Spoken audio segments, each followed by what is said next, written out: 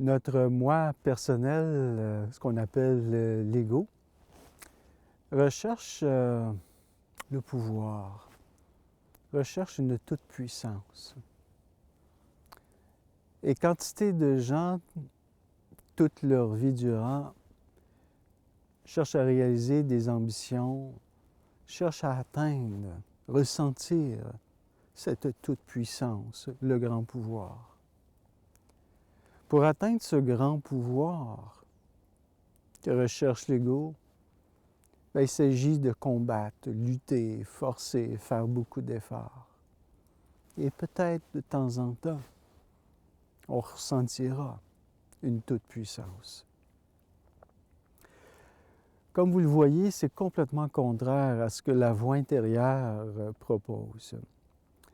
Le développement spirituel s'appuie sur l'idée que tant que l'ego, le moi personnel, dirige notre vie, eh bien, on sera condamné à forcer, à lutter et à combattre, parce que c'est la psychologie de l'ego.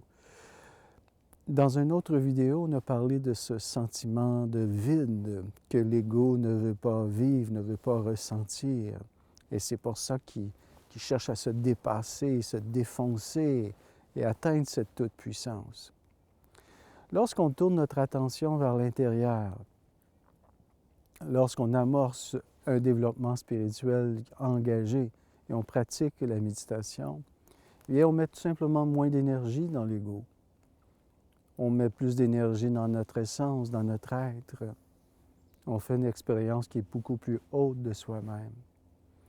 Et étrangement, la lutte diminue. Ouais. Moins il y a d'ego, moins on lutte dans la vie.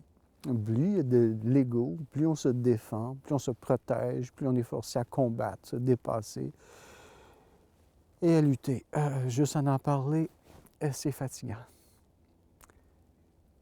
Donc, si vous êtes tanné de lutter, il est possible que vous mettiez trop d'énergie dans ce que votre moi personnel, votre ego désire réaliser. Je vous le dis d'avance, la toute-puissance recherchée par votre moi n'arrivera jamais. C'est impossible de ressentir qu'on a le grand pouvoir lorsque toute notre démarche, toute notre intention est conduite par le petit moi, l'ego.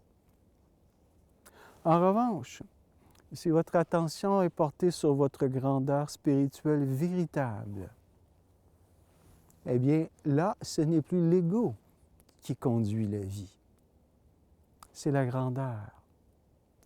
Et lorsque la grandeur intérieure, notre essence conduit notre vie, il n'est pas question vraiment d'appliquer un effort. Simplement diriger notre intention et notre attention au bon endroit. Dépenser l'énergie à la juste place et les choses se produisent.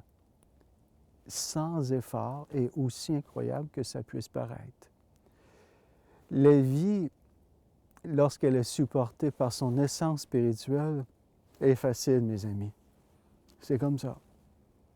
Mais je sais que l'ego n'aime pas ça quand c'est facile. Il y a comme une forme de réjouissance quand c'est difficile pour l'ego. Et savez-vous pourquoi? Mais parce que plus c'est difficile, plus l'ego se durcit, plus il s'amplifie, plus il se raffermit. Alors, se donner à son essence, à son âme, pour qu'elle conduise notre vie, oui, je le comprends, c'est complètement contraire au désir du moi, de l'ego, qui veut atteindre une toute-puissance.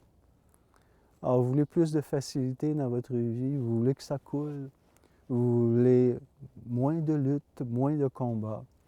Orientez votre attention vers l'intérieur, vers le moi véritable, votre essence, l'âme divine. Et vous allez voir, votre vie va devenir un délice.